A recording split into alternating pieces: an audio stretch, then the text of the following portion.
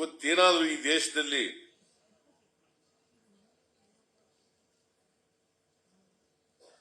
ಇವತ್ತು ಇವ್ರು ಹೇಳಿದ್ರು, ಯಾರು ಡಿಜಿಟಲ್ ಇಂಡಿಯಾ ಅಂತ ಯಾರು ಹೇಳಿದ್ರು? ಈಶ್ವರ್ ಖಂಡ್ರೆ. ಅದಕ್ಕೆ ಅಡಿಪಾಯ ಹಾಕ್ದವ್ರು ಯಾರು? ರಾಜೀವ್ ಗಾಂಧಿ ಅವರಲ್ವಾ?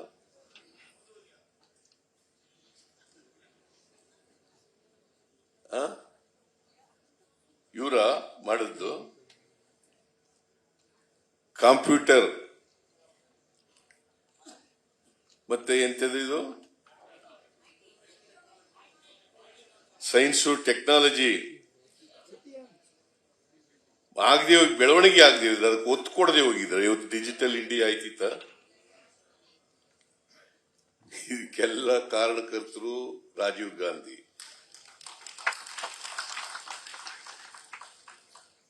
ಸುಮ್ಮನೆ ಹೊಡೆಯೋದು, ಬುರುಡೆ ಹೊಡೆಯೋದು ಅಂತ ಢೋಂಗಿ ರಾಜಕಾರಣ. ಜನರು ಕೂಡ ಹಿಂದುತ್ವದ ಅಮೂಲ್ಯ ಅವರಿಗೆ ಜನರಲ್ಲಿ ಬಿತ್ತದು. ಇವತ್ತು ಈ ದೇಶ ಬಹುತ್ವ ಸಂಸ್ಕೃತಿ ಇರ್ತಕ್ಕಂಥ ದೇಶ, ಬಹುತ್ವ ಸಂಸ್ಕೃತಿ ಇರ್ತಕ್ಕಂಥ ದೇಶ. ಅನೇಕ ಧರ್ಮಗಳಿದಾವೆ, ಅನೇಕ ಜಾತಿಗಳಿದಾವೆ, ಅನೇಕ ಭಾಷೆಗಳಿದಾವೆ, ಅನೇಕ ಸಂಸ್ಕೃತಿಗಳಿದಾವೆ.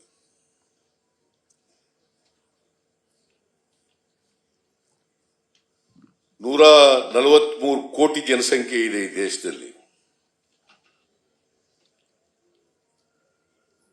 143 ಕೋಟಿ ಜನರು ಕೂಡ ವಿವಿಧ ಧರ್ಮಗಳಿಗೆ, ವಿವಿಧ ಜಾತಿಗಳಿಗೆ, ವಿವಿಧ ಭಾಷೆಗಳಿಗೆ, ವಿವಿಧ ಸಂಸ್ಕೃತಿಗಳಿಗೆ ಸೇರಿದಂತ ಜನ. ಎಲ್ಲರೂ ಒಟ್ಟಿಗೆ ತಗೊಂಡು ಹೋಗ್ಬೇಕಲ್ಲ.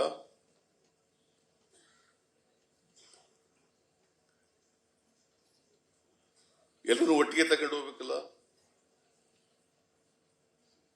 ದೇಶದ ಸರ್ವತೋಮುಖ ಅಭಿವೃದ್ಧಿ ಆಗಬೇಕಾದ್ರೆ ಎಲ್ಲ ಜನರು ಎಲ್ಲ ಜನರು ಒಟ್ಟಿಗೆ ತಗೊಂಡು ಹೋಗ್ಬೇಕಲ್ಲ. ಸಬ್ಕ ವಿಕಾಸ್ ಅದಾಗಬೇಕಲ್ಲ. ಅದಾಗಬೇಕಾದ್ರೆ ಹಿಂದೂಗಳು, ಮುಸಲ್ಮಾನರು, ಕ್ರಿಶ್ಚಿಯನ್ರು, ಬೌದ್ಧರು, ಸಿಖ್ರು, ಜೈನರು, ಯಹೂದಿಗಳು, ಪಾರ್ಸಿಗಳು ಎಲ್ಲರೂ ಒಟ್ಟಿಗೆ ತಗೊಂಡು ಹೋಗ್ಬೇಕಲ್ಪ. We are all human beings. All 143 crore people of this country are all human beings.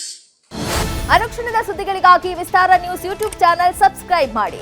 ಹೊಸ ಸುದ್ದಿಗಳ ನೋಟಿಫಿಕೇಶನ್ಗಾಗಿ ಬೆಲ್ ಐಕಾನ್ ಕ್ಲಿಕ್ ಮಾಡಿ. ಲೇಟೆಸ್ಟ್ ಅಪ್ಡೇಟ್ಸ್ಗಾಗಿ www.vistaranews.com ವೆಬ್ಸೈಟ್ಗೆ ವಿಸಿಟ್ ಮಾಡಿ. ಅಂಗೈಯಲ್ಲೇ ಜಗತ್ತಿನ ಸುದ್ದಿ ತಿಳಿಯಲು ವಿಸ್ತಾರ ನ್ಯೂಸ್ ಕನ್ನಡ ಆಪ್ ಡೌನ್ಲೋಡ್ ಮಾಡಿ.